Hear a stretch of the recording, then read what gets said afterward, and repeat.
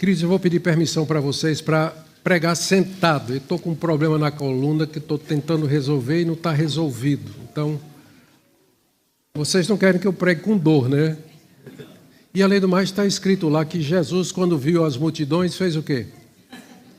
Sentou-se, não é verdade? Então, seguindo o mestre, nós iremos... A idade chega, né, para todos. Aqui está bom. Muito bem. Nós vamos dar continuação à série de exposições no livro de Êxodo. E nós chegamos agora no capítulo 32, que é exatamente o relato do culto ao bezerro de ouro que foi introduzido no meio do povo de Deus por Arão, o irmão de Moisés. Então, eu quero pedir que você deixe sua Bíblia aberta. Nós iremos lendo à medida que a exposição prossegue, E nós vamos orar mais uma vez, né? Antes de orar, eu quero só lembrar o pedido que a gente sempre faz à igreja. Nós temos a prática de ter nossos filhos conosco durante o culto. Nós queremos que desde cedo eles aprendam a cultuar o Senhor. Mas às vezes eles não pensam do mesmo jeito, não é? E aí eles começam a ficar inquietos também, não é? São 1h15 de coisas que eles não entendem. Então eles ficam inquietos, começam a gritar ou a falar alto, querem concorrer comigo na pregação. Então nós pedimos que, se isso acontecer com seu filho, você pode se levantar, sair com ele por aquela porta e você vai fazer o arrudeio, como a gente diz. E aqui à minha esquerda tem o crying room, sala do choro. Choro da criança, choro do pai, choro do pastor, quer dizer, tudo isso aí, tá bom? E aí você pode assistir o culto de lá, porque tem uma tela onde vai estar sendo transmitido o que nós estamos fazendo aqui, tá bom? Queria pedir aos pais que fizessem isso, para que nós pudéssemos ter tranquilidade e um bom ambiente para a gente conseguir escutar a palavra de Deus. Então vamos lá. Pai, agora nós pedimos nesse momento que Tu estejas conosco, que Teu bendito Espírito Santo, mediante Jesus, encha esse lugar, encha nosso coração, nossa mente, de maneira que nós possamos entender o que está escrito e aplicar à nossa vida. Por amor de Jesus. Amém. Durante 430 anos, o povo de Israel esteve escravo lá na terra do Egito. E, a princípio, os pais, Abraão, Isaque e Jacó, eles eram monoteístas. Eles adoravam a Deus e a Deus somente. Sabiam que Deus era o único Deus verdadeiro. Mas o Egito era a terra dos deuses. Tudo era Deus lá no Egito. O rio Nilo, o crocodilo, o boi-apis, o pássaro-íbis, dezenas, tudo era divindade. O sol, que era o deus Osíris, que era o deus mais importante lá da religião egípcia, e assim por diante. Então, o que aconteceu? Pela assimilação de 430 anos de convívio com outras religiões, a nação de Israel se tornou sincrética. Ela adorava Deus, mas ao lado de Deus adorava também os animais do Egito, os deuses do Egito. Quando Moisés tirou o povo lá do Egito, ele tirou o povo do Egito, mas não tirou o Egito de dentro do povo. A gente vai ver que nos próximos 40 anos de Israel, antes de entrar na Terra Prometida, eles quebraram a lei de Deus, praticaram idolatria, foram imorais, foram rebeldes, era uma geração que realmente não queria conhecer o Senhor. Depois que Moisés tirou o povo lá da terra do Egito, levou-os através da península do Sinai, evitando o caminho mais curto, que era a rota dos filisteus, porque não queria que o povo entrasse em guerra. Fez um arrudeio, por assim dizer, desceu pela península do Sinai e subiu até a cordilheira do Sinai, onde tem um monte com esse nome, Monte Sinai. E aí o povo se acampou na base do monte e Moisés subiu ao topo do monte, porque Deus havia descido sobre o Sinai com poder e glória, e trovões e relâmpagos, nuvens espessas, e de lá ele chamou Moisés, e para dar a lei para o povo e também para ratificar a aliança. E Moisés sobe para o alto do monte e desaparece lá nas nuvens escuras durante 40 dias. 40 dias. O povo esperando lá embaixo. Cadê Moisés? 40 dias se passaram e o povo começa a ficar impaciente. E aí, então, por conta dessa impaciência e da precipitação, é que vai surgir o culto ao bezerro de ouro na nação de Israel.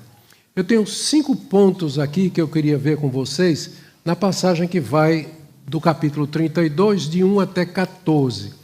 Meu primeiro ponto é: a impaciência leva a decisões erradas. Está baseado no verso 1. O segundo, o temor humano corrompe o culto a Deus. Vai aí do verso 2 até o verso 4. Terceiro, o abandono da revelação que Deus nos dá leva a uma falsa religião. Do verso 5 até o verso 6. Depois, do verso 7 a 10, a carne não está sujeita à lei de Deus. E por último, a oração verdadeira, ela obtém aquilo que ela busca, que está aí do verso 11 até o verso 13. Vamos ver todos esses pontos à medida que a gente vai expondo a palavra de Deus. O primeiro ponto é que a impaciência leva a decisões precipitadas. Verso 1, leiamos. O povo viu que Moisés demorava para descer do monte. Então reuniu-se em volta de Arão e lhe disse: levante-se, faça para nós deuses que vão adiante de nós, pois quanto a esse Moisés, o homem que nos tirou do Egito, nós não sabemos o que lhe aconteceu. Moisés era o grande líder daquele povo. Era quem tinha tirado o povo da terra do Egito e dirigido para a terra de Canaã. Era ele que deveria levá-los à terra prometida por Deus. 40 dias e Moisés não descia do monte. Pense o que é que pode ter passado na mente do povo. Primeiro, Moisés chegou lá em cima e fugiu. A tarefa era muito grande, ele simplesmente desistiu e foi embora, voltou para o Egito. Moisés morreu lá no alto do monte. Ele viu a glória de Deus e ele morreu. Ou Deus havia mudado de ideia e não iria mais fazer o que tinha prometido. O fato é que fazia 40 dias que Moisés não descia do monte. O próximo na linha de comando era Arão, que era o irmão de Moisés. Arão tinha sido ungido como sumo sacerdote e ele era versado nas coisas de Deus. E ele certamente teria acesso às divindades, ao sobrenatural. Por isso, os líderes das 12 tribos cercaram Arão em busca de uma providência. Agora lembremos, esse povo que estava impaciente e que cercou Arão pedindo uma providência diante da ausência de Moisés, era o povo que viu as 10 pragas, viu o mar se abrir diante deles e viu a glória de Deus descer no alto do Monte Sinai, com manifestações da glória, do poder e do juízo de Deus. Sinais, relâmpagos, nuvens espessas, o som da trombeta. Esse povo tinha visto a glória de Deus, mas no momento do aperto, esqueceu tudo isso e voltou no coração às práticas antigas, onde lá no Egito eles adoravam deuses. Por isso que eles chegam para Arão com a decisão errada. Arão, faz deuses para nós que vão adiante de nós. Porque nós não sabemos o que aconteceu com esse Moisés. Já faz 40 dias, ele não aparece, nós precisamos de liderança, você é o irmão dele, você foi ungido sacerdote, então faça deuses que cumpram a promessa, que vão adiante de nós. Deus tinha vindo diante deles até então. Durante o dia, Deus guiava o povo através de uma coluna de nuvem e à noite uma coluna de fogo. Mas agora aquilo tinha cessado e os israelitas queriam deuses que fossem diante deles, mostrando o caminho para a terra prometida. E no caso, eles disseram, tem que ser deuses, não esse Deus. Eles rapidamente se esqueceram de Deus e disseram, você vai fazer deuses porque esse Moisés, o homem que nos tirou do Egito, Deus foi solenemente ignorado, né? O homem que nos tirou do Egito, nós não sabemos o que é que aconteceu com ele. Queridos, Aqui nós aprendemos que a impaciência ela pode levar a decisões erradas. A pressão, às vezes, faz com que nós, crentes em Jesus, em vez de aguardar em Deus para fazer a coisa certa, a gente faça um atalho, a gente procure substitutos para Deus. Isso é muito comum no dia a dia. O ponto é que a demora de Deus, por vezes, tem como objetivo testar o nosso coração, testar a nossa fé. Eu, quando era criança, eu aprendi que toda oração ela tem resposta.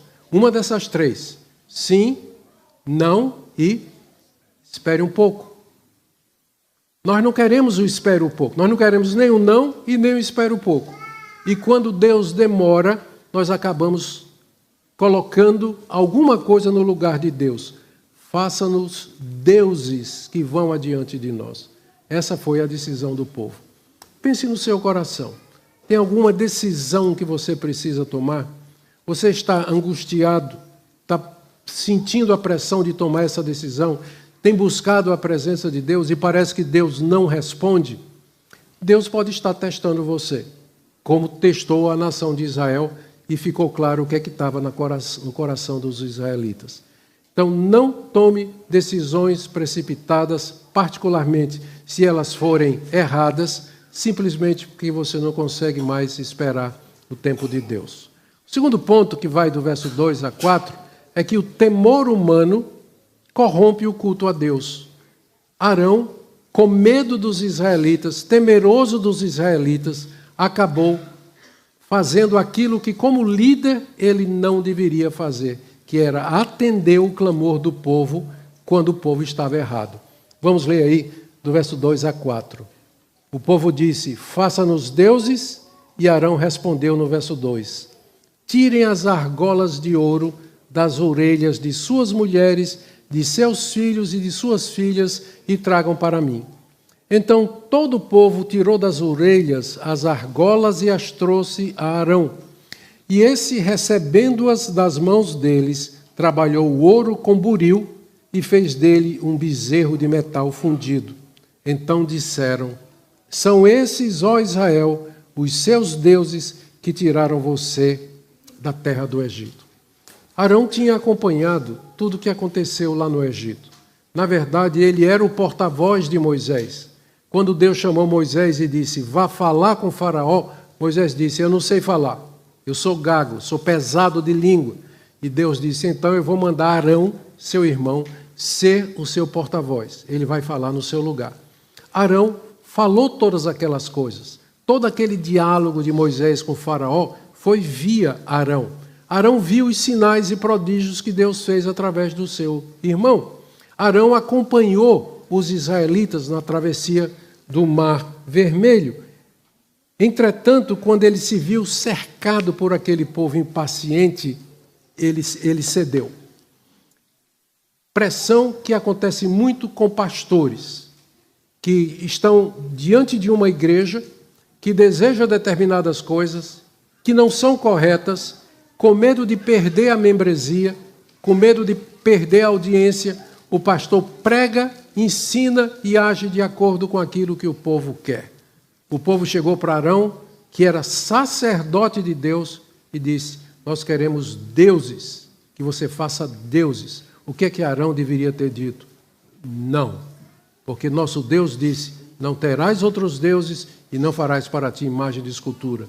Mas em vez disso, o que é que Arão fez? Ele disse para o povo: tragam os brincos de ouro de vocês, das mulheres, dos filhos e das filhas, joga aqui nesse lençol. E eu já expliquei de onde é que veio essa riqueza toda.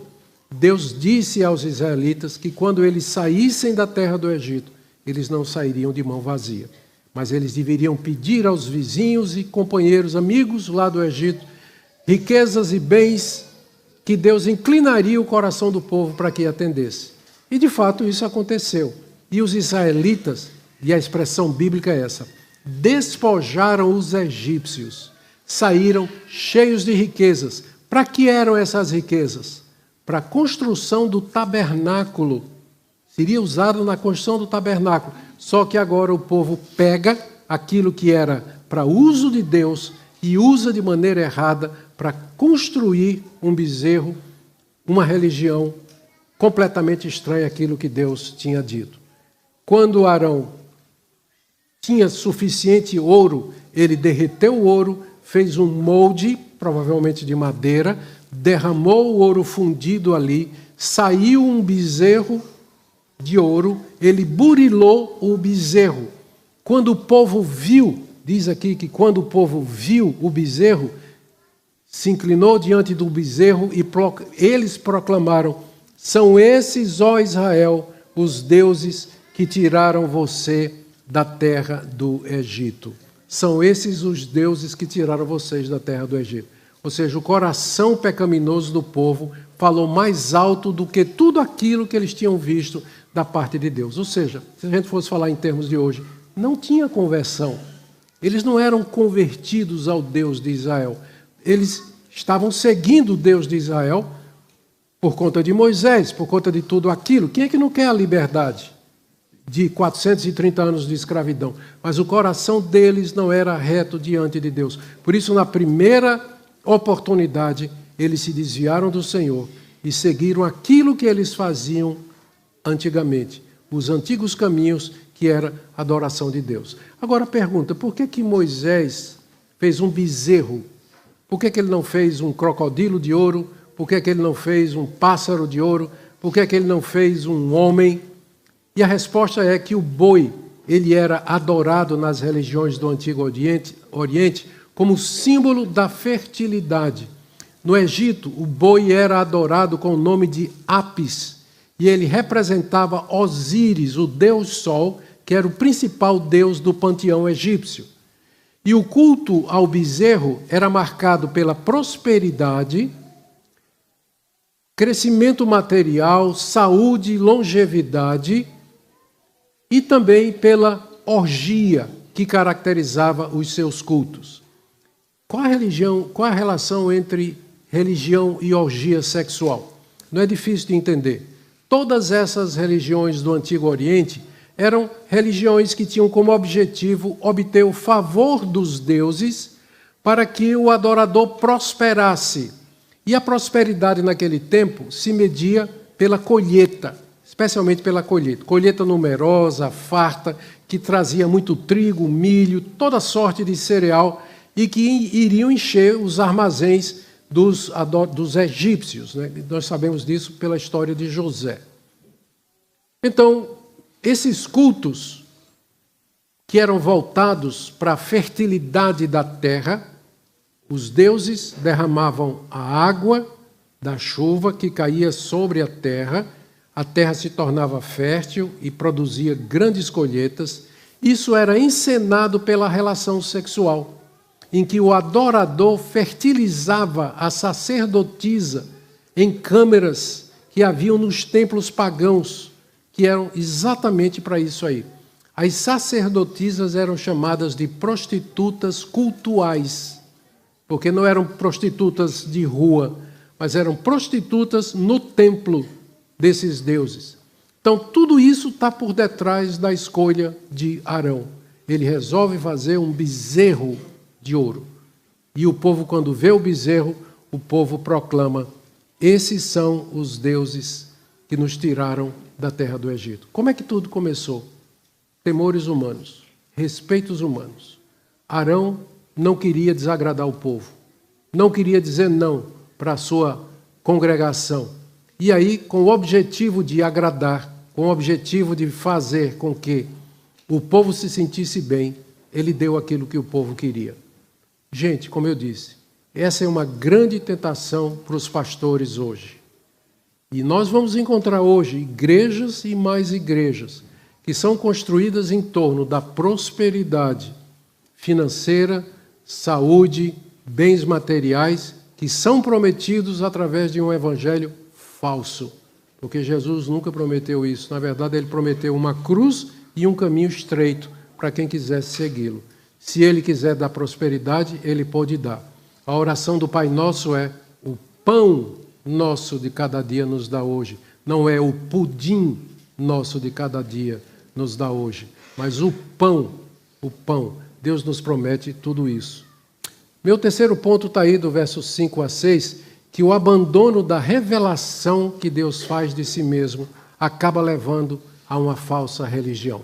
Ou você adora a Deus de acordo com o que Ele revelou, ou você vai seguir uma religião falsa, ou vai criar uma religião para você, ou vai abandonar a religião de qualquer forma. Versos 5 a 6.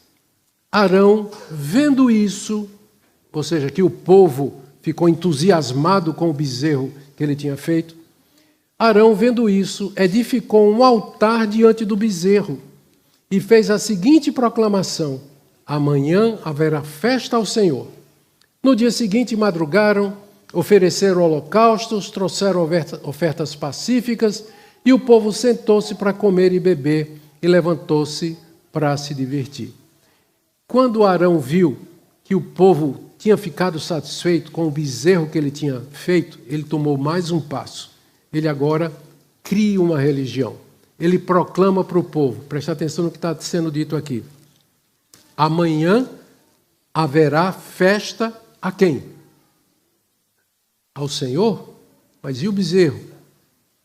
Como amanhã haverá festa ao Senhor?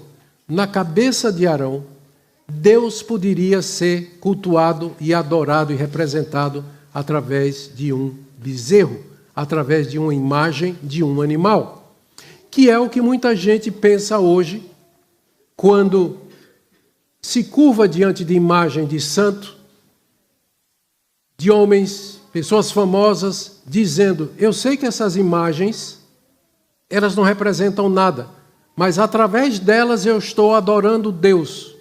Essa é a desculpa que é usada para a presença de imagens, por exemplo, no catolicismo romano. Nós não estamos adorando outros deuses. Nós estamos adorando a Deus através da imagem. É isso que passou na cabeça de Arão. Por isso que ele diz aqui, amanhã haverá festa ao Senhor. Vai ser através do bezerro, mas é uma festa ao Senhor. Vai ser uma festa ao Senhor. E ele então constrói um altar diante do bezerro. O altar era o local onde sacrifícios eram feitos. E na cabeça de Arão, ele não estaria quebrando o primeiro mandamento: não terás outros deuses. Ele estaria quebrando somente o segundo: não farás para ti imagem de escultura. Essas festas, em homenagem dos deuses, elas envolviam holocausto, que era a queima total de um animal, sacrifício ou oferta pacífica, onde o animal era morto, ele era desossado ou partido em partes distintas, uma parte ficava com o sacerdote, uma parte era queimada no altar e a outra parte ficava com o adorador. Ele sentava, comia aquela carne juntamente com sua família e amigos lá diante do Deus. E depois participava das orgias, como eu já falei aqui. E no dia seguinte foi exatamente isso que Israel fez. Arão disse, quando Arão viu que o povo gostou, amanhã vai ter festa ao Senhor. No dia seguinte de manhã, o povo madruga, não espera nem um dia raiar. Veja a sede que eles estavam desse tipo de coisa. Eles madrugam diante do altar, no altar, diante do bezerro que Arão tinha feito, eles matam animais, queimam animais, adoram o bezerro, sentam para comer e beber, e diz o texto que eles se levantam para se divertir. A palavra divertir, que aparece aqui no hebraico, aparece várias outras vezes em contextos onde o significado a conotação é sexual. É se divertir sexualmente, se divertir e se alegrar através de relações sexuais. O povo se entregou à farra, às orgias, como havia na terra do Egito. E esse episódio é citado 2 vezes no Novo Testamento. 1 Coríntios 10, verso 7, que nós lemos aqui no início do culto, e Estevão, no seu sermão, diante do Sinédrio, lá em Atos capítulo 7, ele cita também, dizendo, eles não quiseram obedecer a Moisés, rejeitaram Moisés e no seu coração voltaram para o Egito. Isso que eu tenho dito para vocês desde o começo. Eles saíram do Egito, mas o Egito não saiu deles. Muita gente entra na igreja, mas traz um mundo no coração. Não houve conversão verdadeira, não houve uma ruptura, não houve uma descontinuidade com a vida antiga. Agora vamos para o meu quarto ponto, que a carne não está sujeita à lei de Deus. No trecho que eu vou ler agora, nós vamos ver a avaliação que Deus fez disso aqui. Que Deus estava vendo tudo isso lá do monte. Lá do monte, Deus estava vendo tudo isso. Como eu disse, isso na verdade era um grande teste para Moisés, para a nação de Israel. Deus viu tudo isso. E qual foi a avaliação que Deus fez da situação? É o que nós vamos ler agora do verso 7 até o verso 10. Então o Senhor disse a Moisés. Agora perceba, né? Só um detalhe. Até agora, o que está relatado é o que aconteceu no pé do monte, no arraial. Agora o foco muda para o topo do monte, onde a gente com a câmera penetra as nuvens escuras e vai ficando claro até que a gente chega lá no alto do monte e lá está Moisés conversando com Deus. E o diálogo é o seguinte: o Senhor disse a Moisés: vá, desça, porque o seu povo, o povo que você tirou do Egito, se corrompeu. Ninguém quer a batata quente. Deus não quer o povo e Moisés vai dizer, foi o Senhor que tirou. Né? Nós vamos ver aqui a briga, que ninguém quer ficar com Israel. Né? Desça depressa, porque o seu povo, o povo que você tirou do Egito, se corrompeu. E depressa se desviou do caminho que eu lhe havia ordenado. Fez para si um bezerro de metal fundido, o adorou e lhe ofereceu sacrifícios, dizendo, são estes, ó Israel, os seus deuses que tiraram você da terra do Egito. O Senhor disse ainda a Moisés, tenho visto esse povo, e eis que é povo teimoso. Agora, pois, deixe-me, para que se acenda contra eles o meu furor, e eu os consumirei, e de você farei uma grande nação. Lá do alto do monte, Deus viu o que estava acontecendo no arraial, lá no arraial. E imediatamente ele manda Moisés descer e anuncia sua intenção de romper a aliança com Abraão, com os descendentes de Abraão, dizendo assim, é o seu povo, Moisés, o povo que você tirou da terra do Egito. Não é mais meu povo, mas é o seu povo que você tirou da terra do Egito. Ele se havia corrompido depressa e desviado da lei do Senhor, quebrando 2 mandamentos que eu já mencionei. E Deus, diz aqui o texto, no verso 9, Deus disse a Moisés, tenho visto esse povo e eis que é um povo teimoso.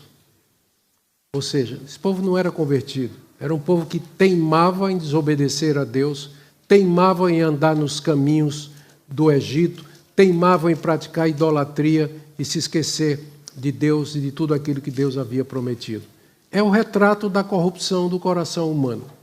Eles viram os sinais, por isso que nós sempre dizemos, sinais podem acontecer, mas eles em si não convertem ninguém. Os israelitas viram as 10 pragas, gente. Eles atravessaram o Mar Vermelho a pé enxuto. E agora ele diz, nós não queremos mais Deus. Nós queremos esses deuses, esse bezerro de ouro. É o nosso Deus que nos tirou da terra do Egito. Você pode ver todos os milagres do mundo, mas se Deus não mudar o seu coração, não abrir os seus olhos, não converter o seu coração, você vai continuar do mesmo jeito de antes. Vai continuar do mesmo jeito. E aquilo que Deus fez, você vai atribuir aos seus deuses. Isso explica porque muita gente chega... Eu via muito isso no Brasil, né? No tempo que tinha jornal, vocês nem eram nascidos, no tempo que tinha jornal físico, né? Tinha uma seção lá de agradecimento, onde a pessoa dizia, agradeço a São Benedito a graça alcançada. O que pode ter acontecido em muitas ocasiões? A pessoa orou, Deus, na misericórdia dele, porque ele é misericordioso, teve compaixão, a pessoa estava doente, a pessoa estava aflita, abençoou aquela pessoa e ela achou que foi quem que fez aquilo? São Benedito. Sem conversão, tudo que Deus fizer na sua vida, você vai atribuir a seus deuses, ou a você mesmo, fatores externos, providência mundana, mas é exatamente o que Israel está fazendo aqui. Deus disse, esse povo é um povo teimoso, É um povo rebelde, é um povo que não quer obedecer, que não quer andar nos caminhos do Senhor.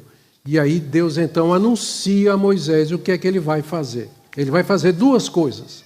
Ele vai destruir o povo, porque quebrou a aliança que tinha feito com Deus. Deus vai destruir o povo e no lugar do povo de Israel vai colocar Moisés e a descendência de Moisés. Gente, o que é que você faria numa situação dessa?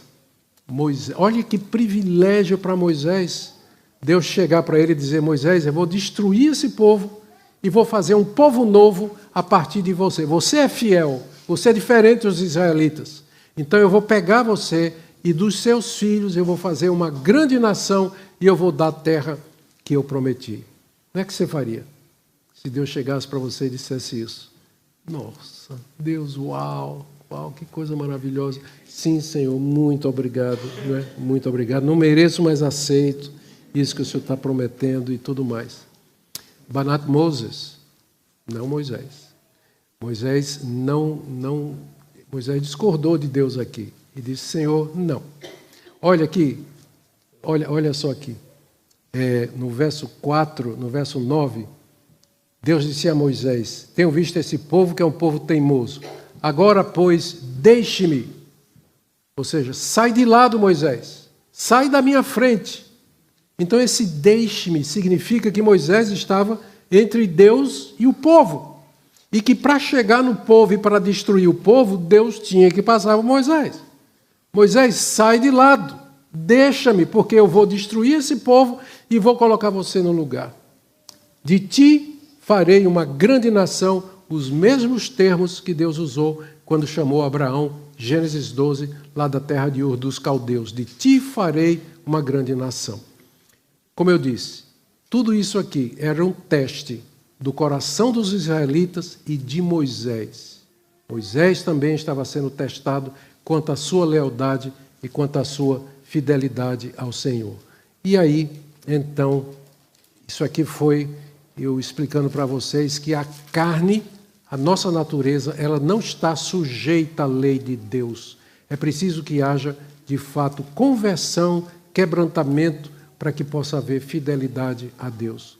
Não adianta a gente vir ao culto, ler a Bíblia todo dia, ter exercícios religiosos, se de fato o nosso coração não é reto diante de Deus. Se de fato nós não amarmos a Deus. Tudo mais é religiosidade. Meu último ponto está aqui. A oração verdadeira, ela obtém o que busca. Versos de 11 a 13. Porém, Moisés suplicou ao Senhor seu Deus, dizendo: ó Senhor, porque se acende a tua ira contra o teu povo, que tiraste da terra do Egito com grande poder e forte mão? Por que deixar que os egípcios digam: ele os tirou de lá com más intenções, para matá-los nos montes e para eliminá-los da face da terra? Deixa de lado, Senhor, o furor da tua ira e muda de ideia quanto a este mal contra o teu povo. Lembra-te de Abraão, de Isaque e de Israel, que é Jacó, teus servos, aos quais por ti mesmo juraste, dizendo: multiplicarei a descendência de vocês como as estrelas do céu e toda essa terra de que tenho falado, e eu a darei à sua descendência para que a possuam por herança eternamente. Verso 14. Então o Senhor mudou de ideia quanto ao mal que ele tinha dito que traria sobre o seu povo. Gente, aqui você tem um dos muitos exemplos que nós temos da Bíblia do que é orar. O que é a oração verdadeira? A oração verdadeira obteve o que ela buscava. Moisés intercedeu diante de Deus para que não fizesse aquilo que ele anunciou que faria. Deus disse que ia destruir o povo e ia substituí-lo por Moisés. Moisés pede que Deus não faça isso. Pede que Deus mude de ideia com relação a esses planos. E Deus mudou. E Deus decidiu que não iria mais destruir o povo, consequentemente, também não colocaria Moisés como seu substituto. O que há na oração de Moisés que convenceu Deus, por assim dizer? Eu estou falando em termos humanos, tá? Estou falando em termos humanos. Depois eu vou explicar essa questão de Deus mudar de ideia. Mas, por enquanto, vamos seguir as regras do texto. O texto está falando que Deus disse que ia fazer uma coisa, Moisés pediu e Deus mudou de ideia. Vamos trabalhar com o texto, depois a gente entra na questão teológica. Então, o que tem na oração de Moisés que teve esse efeito fabuloso? E eu quero destacar 3 coisas. Primeiro, olha a argumentação de Moisés no verso 11. Primeiro, ele suplica. Ele começa suplicando. Não é um pedido, né? Súplica é mais do que um pedido. Pedido você pede, súplica você se ajoelha, chora, implora, se agarra e diz, não vou te deixar ir embora enquanto você não me atender, olha para mim. Súplica é bem mais intenso. Então a oração de Moisés foi uma oração intensa de alguém que queria realmente obter aquilo que ele estava procurando. Olha, primeiro lugar, primeiro argumento. Senhor, por que se acende estou no verso 11. Porque se acende a tua ira contra o teu povo que tiraste da terra do Egito com grande poder e forte mão. Deus, por que o Senhor está irado? Por que o Senhor está com tanta raiva desse povo que o Senhor tirou da terra do Egito? Antes Deus tinha dito, né? Moisés é teu povo. Agora Moisés retribui. Esse é o povo teu. Foi o Senhor que tirou da terra do Egito. Não é qualquer outro povo. Por que o Senhor vai substituí-lo por mim? Esse é o povo que o Senhor tirou. É o teu povo. A argumentação de Moisés, ela está baseada nos atos anteriores de Deus, onde Deus chamou Abraão, Isaque e Jacó, fez grandes promessas. Deus, esse é o povo da aliança. Esse é o teu povo que o Senhor adquiriu quando o Senhor tirou da terra do Egito. Quando o Senhor nos tirou da terra do Egito, o Senhor sabia quem a gente era. O Senhor sabia quem a gente era. Então não faz sentido agora o Senhor estar apanhado de surpresa. Por que se acende o furor da tua ira contra o povo que o Senhor tirou da terra do Egito? O Senhor não sabe que povo é esse? Povo rebelde, povo idólatra. Primeiro argumento. Ele chama Deus à coerência. Tá? Estou falando humanamente. Né? Ele está chamando Deus dizendo que é incoerente Deus ficar com raiva do povo que ele mesmo tirou da terra do Egito. Tá descobrindo o que é oração, né? Oração você tem que ser bom de argumento. Não é só chegar diante de Deus e dizer, Deus, eu preciso disso, preciso daquilo. Deus, tá, mas eu queria ouvir uma argumentação. Queria ouvir, assim, que você me convencesse disso aí. É o que Moisés está fazendo aqui, tá? Oração é você ter um diálogo inteligente com Deus. Você vai argumentar com Deus a respeito do que você está querendo. Segundo ponto, que está no verso 12.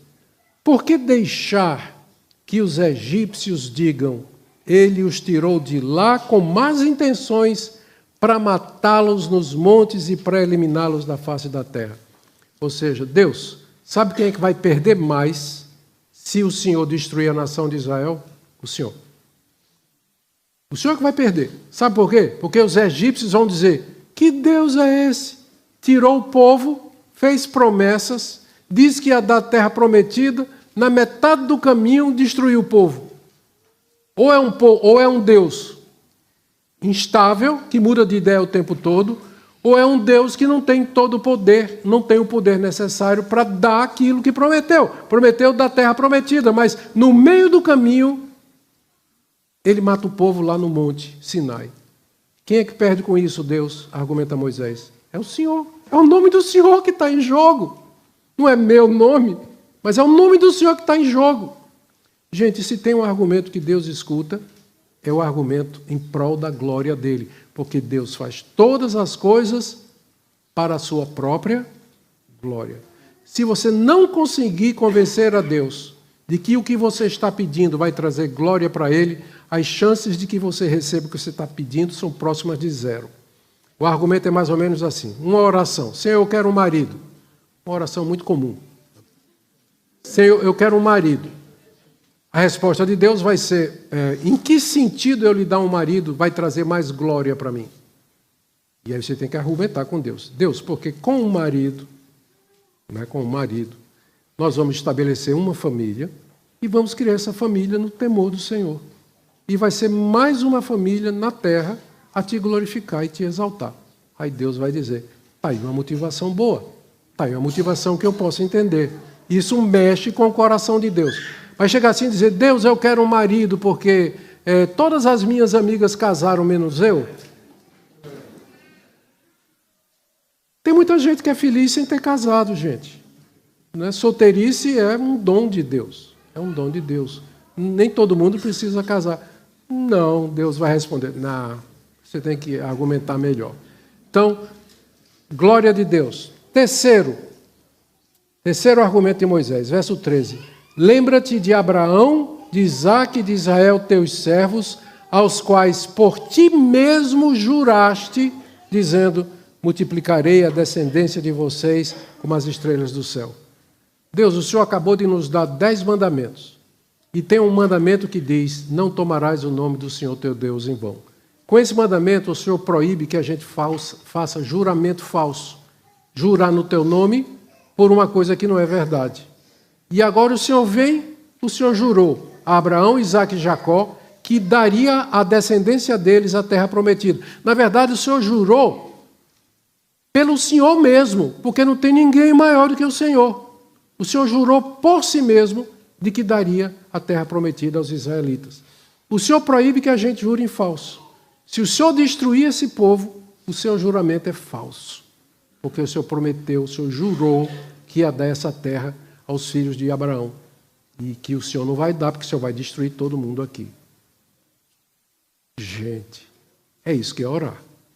Orar, eu sei, tem um elemento emocional. Você chega diante de Deus, você chora, você se derrama, você diz o que você está sentindo. É muito bom, Deus atende, Deus consola você.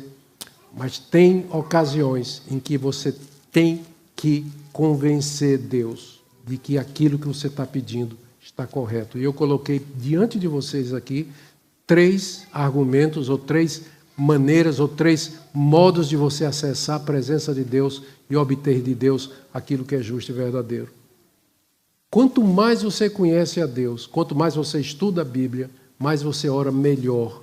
Por isso que estudar é bom. É bom até para as suas orações, que você pode argumentar com Deus.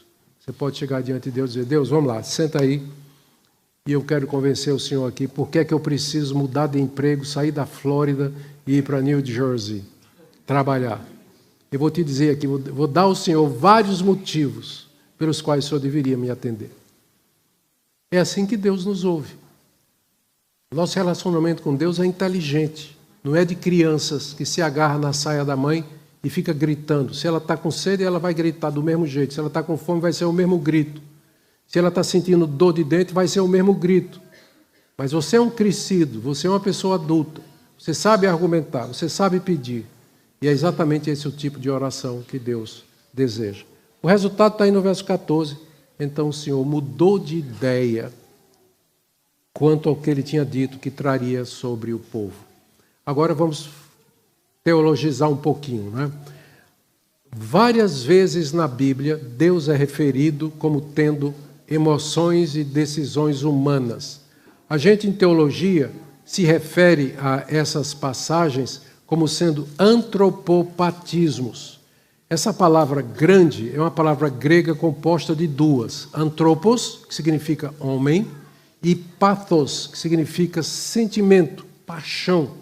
Antropos, pathos, sentimentos e emoções humanos.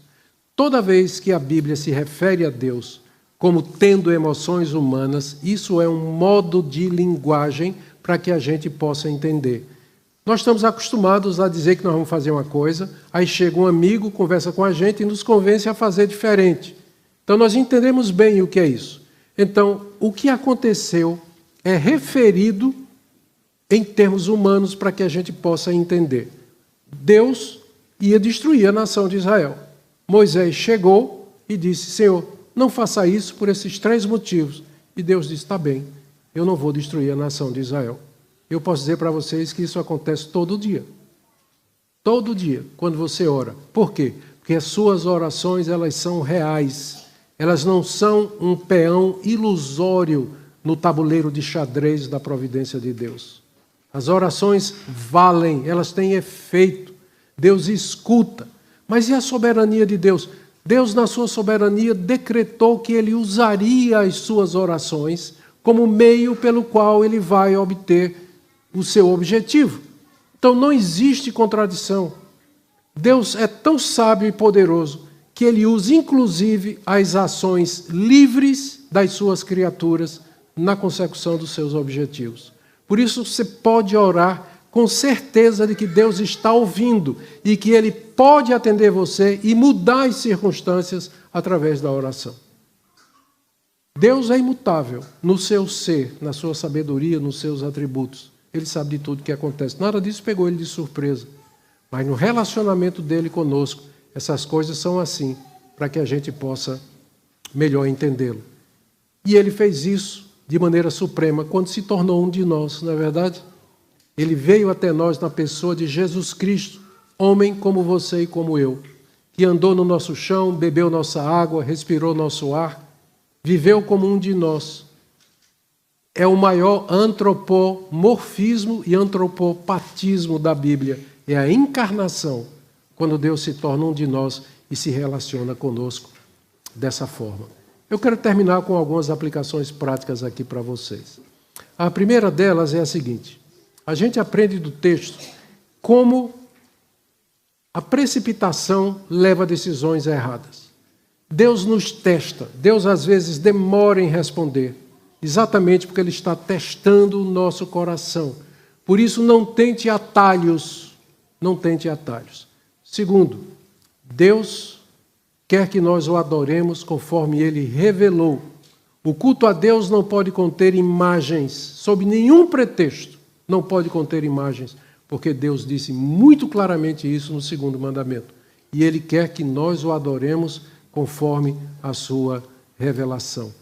E a última coisa que eu queria dizer para vocês aqui, tem tantas aplicações, é que essa passagem nos encoraja a orar. A oração tem efeito. E eu queria que você saísse daqui hoje disposto a aprender a orar mais, melhor, mais intensamente e buscar a Deus diante da angústia que você passa. Último ponto. Moisés aqui é um tipo e uma figura de Cristo. Nosso Senhor Jesus está à direita de Deus, intercedendo por nós, argumentando com o Pai.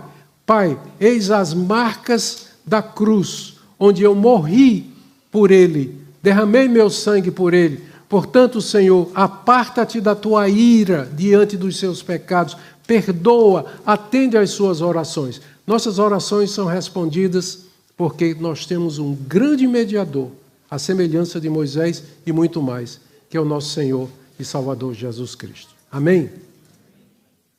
Vamos ficar em pé para orar? Enquanto isso, já convido os presbíteros e diáconos para participarem, me ajudarem na distribuição da ceia do Senhor.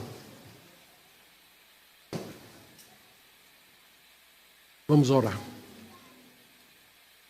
Senhor, nós te agradecemos por tua palavra e nós pedimos que ela cale profundamente em nosso coração. Nós pedimos, nosso Deus, que sejamos transformados por ela. Que se há alguém aqui nessa manhã, cujo coração é idólatra, que te adora não como tu desejas, e que no coração está no Egito, nós pedimos que haja conversão. Nós oramos por aqueles que têm que tomar decisões, que o Senhor os abençoe e dê sabedoria para que possam escolher de acordo com o temor do Senhor. E agora, Senhor, abençoa o tempo que nós teremos ao redor da mesa, por amor de Jesus.